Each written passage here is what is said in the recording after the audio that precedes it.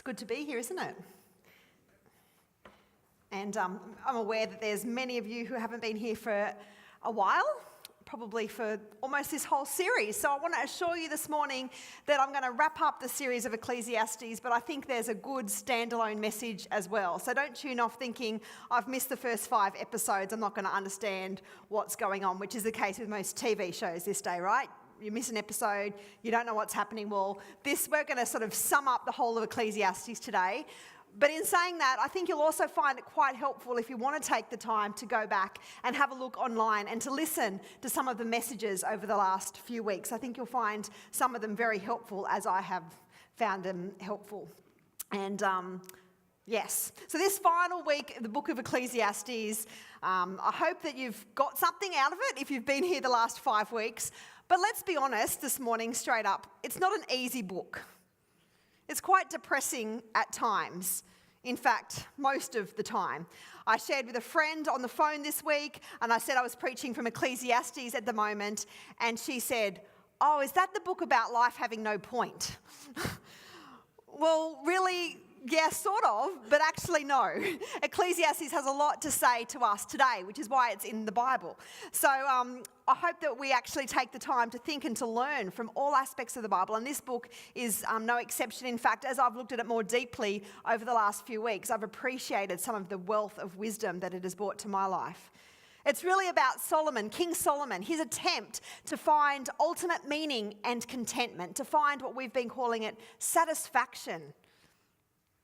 It was only through failure, through disappointment, and discovering empty promises of like pleasure under the sun and other things that he learned this ending lesson, that life without God is like chasing the wind. And Solomon doesn't want us to miss the point of his exercise, because actually what he's saying is, I've learnt this the hard way. Learn it. As we heard last week, learn it in the days of your youth. Make the most of it. He repeats a theme over and over again in his writing: meaningless, or vanity, or just vain. He says 35 times in this book, depending on your translation, which word is used. And as I said, it doesn't mean that life is worthless, but it means that life is like chasing the wind. It's like a vapor, as we heard the first week, like smoke. You can't grab hold of it. It means that everything is like a breath, here today, but it's temporary and it's passing. And in this book where he has examined the meaning of life, the surprising thing to me is, at first glance, he doesn't just say that bad things are meaningless, so to let them go.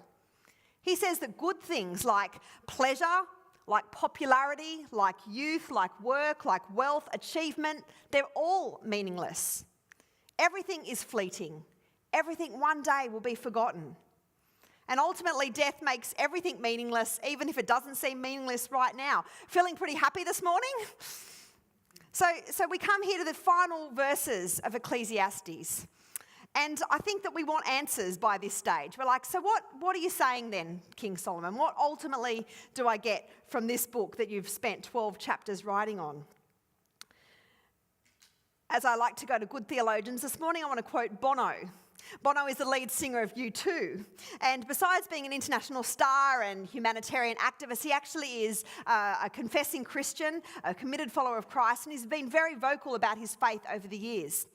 And U2 and Johnny Cash actually collaborated on a song in 1993 called The Wanderer. And some of you know it well. And Bono likened the teacher in this book of Ecclesiastes to this wanderer's quest, search for meaning and for purpose. This is where he got his inspiration from this book of Ecclesiastes. And he says this about the book of Ecclesiastes. It's going to come on the screen now. Ecclesiastes is one of my favourite books. It's about a character who wants to find out why he's alive, why he was created. He tries knowledge, he tries wealth, he tries experience, he tries everything. And you hurry to the end of the book to find out why, and it says, remember your creator. In a way, it's such a letdown, yet it isn't. First glance, it can seem these last few verses can be a bit of a letdown. It doesn't really say a lot, but really it kind of says everything. We might feel a bit like Bono this morning, where we've invested the last 6 weeks, probably particularly Phil and myself, a lot of time investing in this book of Ecclesiastes, trying to get to the bottom of the meaning of life. Yet here at the end we find such simple commands. And we kind of can be left thinking there's got to be more, right? I mean, this just seems too simple. Remember right back at the beginning in Ecclesiastes chapter 2, King Solomon was looking for answers about how we should live in this world. And he says this, Ecclesiastes 2:3. I wanted to see what was worthwhile for men to do under heaven during the few days of their lives. This is like his thesis. This is like his purpose for writing this book, right up front. This is what I'm trying to do. And here we come to the end. And at the end of his investigation, he says this, Ecclesiastes 12:13 and 14. Now all has been heard. Here is the conclusion of the matter. Fear God and keep his commandments, for this is the whole duty of man. For God will bring every deed into judgment, including every hidden thing, whether it is good or evil. He says, when you consider everything, you get down to the essence of living. And that's what the term, the whole duty of man is. It's the essence of why man was created, what we're here for, the essence of life. When you take away everything that's superfluous and boil it down to it, what's at the core? He says at the core are two things. The meaning of life is two things. Fear God and obey God. Fear God and do what he says. Simple, but it really is simple. It can feel hard, I confess, day in, day out. That can feel hard, but the concept is simple. So we're going to look at those two things quickly this morning. Fear God, firstly. Ecclesiastes, this book ends where the book of Proverbs begins, which was also written by King Solomon. And it's strong advice about living life with the fear of God. Proverbs 1:7 says, the fear of the Lord is the beginning of knowledge. Fools despise wisdom and discipline. The fear of the Lord. Now, I want to be clear right from the start this morning that fearing God is not the same as being afraid of God. Like I'm afraid of heights or afraid of snakes. That's not the way I should be afraid or the way I should fear God. In fact, Oswald Chambers wrote this, and I love this quote. He says, the remarkable thing about fearing God is that when you fear God, you fear nothing else. Whereas if you do not fear God, you fear everything else. Fearing God simply means knowing who we are and where we stand in relation to God. It means taking him seriously, taking God seriously, acknowledging him in our lives as the highest good. It means revering him, respecting him, honouring him. It means worshipping him. Really, in essence, it's the same as loving him. To fear God is to really love God. To fear God means that we live our lives in such a way that one day we know that we'll stand before God and we'll have to give an account of our works and our deeds. But it won't be a fearing of God and cowering as his harsh judgment comes. It's just a simple matter of knowing who we are, knowing that we're relying on God for our salvation and where we stand in relation to him. Have you ever heard of the Copernican, I can't even speak this morning. The Copernican revolution. Is that how you say it, Phil, scientist? Say it? Copernican. I thought that Copernican revolution. Anyway, I knew the concept. I'd never heard this term until I spoke to Phil this week. But the old belief centuries ago was that the sun revolved around the earth. Did you know that? That's what we used to believe years ago, that the sun revolved around the earth. Most of us would have learnt that in high school. And that was wrong, right? Because the earth revolves around the sun. And this is what this revolution is called, is exactly this. So it was a paradigm shift from the model of the heavens where we thought that the whole earth, the whole world really, but sun revolved around the earth. It was the shift from that to where we actually understood that the sun was at the centre of everything. We were not central. It's a hard concept for us to grasp sometimes. We don't control everything. And you know what? Similarly, so many of us have got it wrong in our lives, in our spiritual lives. God doesn't revolve around us. I know we know that, but do we live that way? God doesn't revolve around us. We revolve around him. We know that we fear God when we make him the centre, rather than expecting him and everyone else to revolve around us. When our lives are led and controlled by God, that's when we can say, yep, I fear God, and that's a safe place to be. Maybe some of us need that revolution in our lives this morning. Because the fact is that everything begins and ends, rises and falls, succeeds or fails based upon what we fear. Your life and mine are driven by fear. The question is not if we will fear, but it's who we will fear. And is that the best place to live? Let's consider to fear the Lord this morning. It means that above everything and everyone else, we consider God. To fear the Lord is to do what is right in God's eyes. And if we fear the Lord, then we're followed by these sorts of questions that I've got up here on the screen today. These kinds of things that help us to make godly, wise, or God-fearing decisions, we might say. We ask ourselves when making decisions, when deciding how to live, is this what the Bible says, or what does the Bible say about this? What godly people can I seek for wisdom, for advice, for wise counsel? How can I best glorify God in this situation? And ultimately, what does God want me to do? You know, the default if we don't fear the Lord is that we fear someone or something else. And this is why King Solomon in Proverbs 29:25, he says, fearing people is a dangerous trap, but trusting in the Lord means safety. Other versions say, but fearing the Lord means safety. So rather than fearing God, if we fear people, this is what it looks like. It's holding another person or a group of people, maybe parents, friends, spouses, co-workers, above everything else. To fear people is to do what other people want us to do, the demand we do or pressure us to do. And when we do that, we're guided by these sort of questions that cause us to make ungodly and often very unwise life decisions, when we're always thinking about, what do other people say? Who can I find to agree with me with what I want to do? We've all done that from time to time, gone and sought advice from someone who we really just want us to tell us we're doing the right thing. How can I hide this from God and godly people? What do other people want me to do? Who do you fear? Whose praise means the world to you? Whose criticism or rejection of you would destroy you? Who are you living your life around? Who are you adjusting your decisions and expectations around? Are you fearing anyone else other than God this morning? Solomon says this is the meaning of life. Fear God. That's how you'll live well and safely and securely. Secondly, he says, not just fear God, obey him, obey his commands, do what he says. And really the fact is if I fear God, the result is going to be that I want to keep his commands because I know they're the best ones for me. You see, if everything is meaningless and this life is all that there is, then life would be completely absurd. There would be no point to life, as my friend said this week. But at the end of this book, we're reminded that this isn't all there is, that life does matter. Because verse 14 tells us that at the end of time, God's going to judge. He's going to stand before us and everything is going to matter.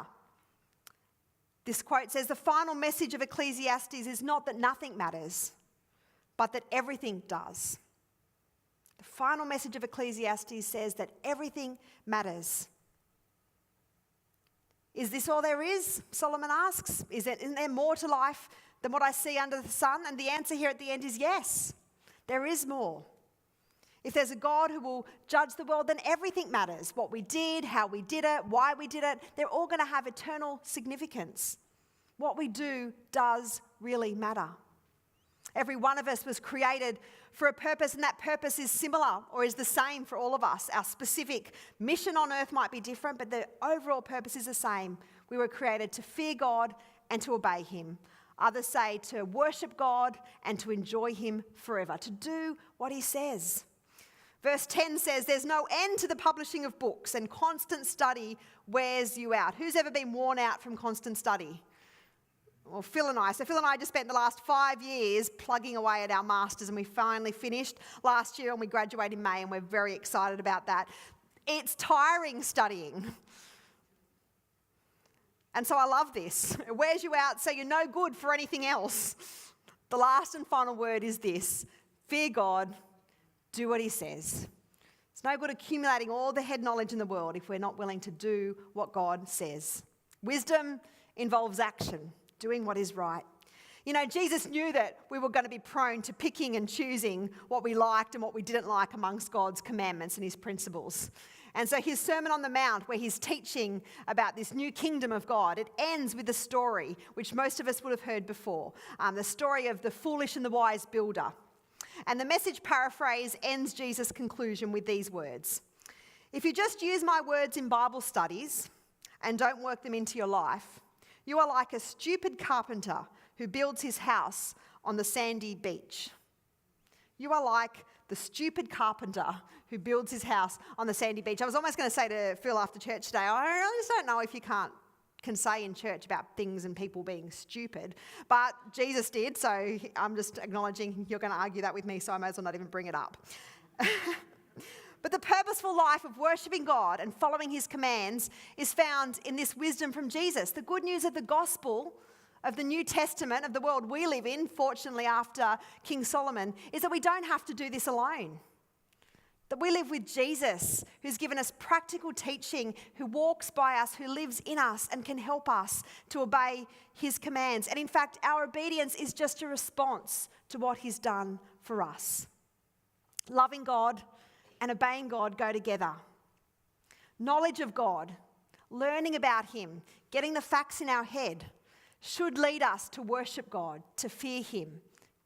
And then it leads to obedience to God's commands. That order really does matter in the striving of life.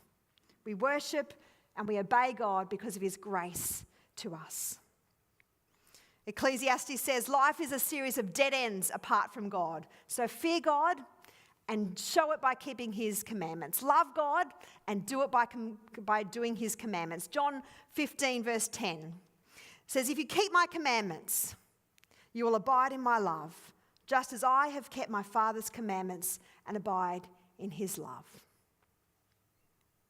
Connor's going to help us and play some music, and we're going to sing a song in a moment, but I want to ask you 3 questions to finish this morning, or to finish this last 6 weeks. Firstly, ask yourself, are you taking any of the dead ends that the teacher in this book is talking about? There's nothing wrong with work or pleasure or money or accomplishment, but they make terrible idols. They make terrible purposes for life. Don't take the dead ends, Solomon says. They're meaningless. They're like a vapor. They fade. Learn from what Solomon has taught us. He's telling us this morning. Learn from his experience. Don't take those dead ends. Secondly, have you experienced this revolution, if you like, and oriented your life around God? It's really simply what it means to fear God, to realize that God doesn't revolve around us, but that we revolve around God. Well, that's the best way to live. We exist for God's glory, his scripture says. And when we orient our lives around him and make his way our priority, we find safety. Finally, are you demonstrating your love for him by obeying his commands? Are you being obedient? We know when we're disobeying God. We get that sense. We know that we're making it about us and not about him. And better yet, I think maybe a better question this morning might be, for that question, a better way of putting it might be, have you discovered Jesus and how much he loves you? And then are you naturally seeking to obey his commands because of your love for him in return? Jesus is the only one who's obeyed these verses 13 and 14 of Ecclesiastes perfectly. He's the only one that has perfectly feared God and obeyed him. He's our example, but he's also our help. We're going to sing this song that Connor's playing this morning, and I want to tell you a little bit about its origins. In an evangelistic meeting in the 1860s by Dwight Moody, many of you would have heard of that preacher, and this young man in his meeting stood up to give his testimony, to share his witness about what Jesus had done, and he said these words. They're going to come on the screen. I am not quite sure what the future holds. I think we can all say that this morning. I'm not quite sure what the future holds, but I am going to trust and I'm going to obey. And these words were recorded by someone there. If he'd been there now, he would have sent a text to this guy, but instead he probably wrote them down, sent a telegram. They arrived eventually to the Reverend J.H. Sammis, a Presbyterian minister, who turned this simple confession into one of the church's great well-known hymns. And it really does sum up Solomon's whole intent in conclusion in Ecclesiastes. It says, trust and obey, for there's no other way. Every other way is meaningless. To be happy in Jesus, to be satisfied, to be content, but to trust and obey. No other way but to trust and obey. We're going to sing 3 verses of this morning. And we're going to sing the first 2 verses very reflectively. And if you would like to come and kneel at the place of prayer, then you can do that right now, or you can stay where you are, but just take a few moments to ask those questions. We might put those questions back up if you don't mind. Am I taking any of the dead ends that Solomon warns about? Am I orienting my life around God? And am I demonstrating my fear of God, my love for God, by obeying his commands? So we're going to sing 2 verses.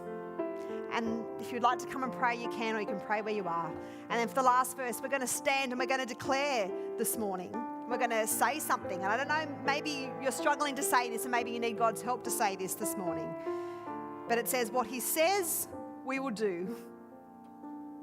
Fear God and do it. What he says, we will do. Where he sends, we will go. Never fear, only trust and obey.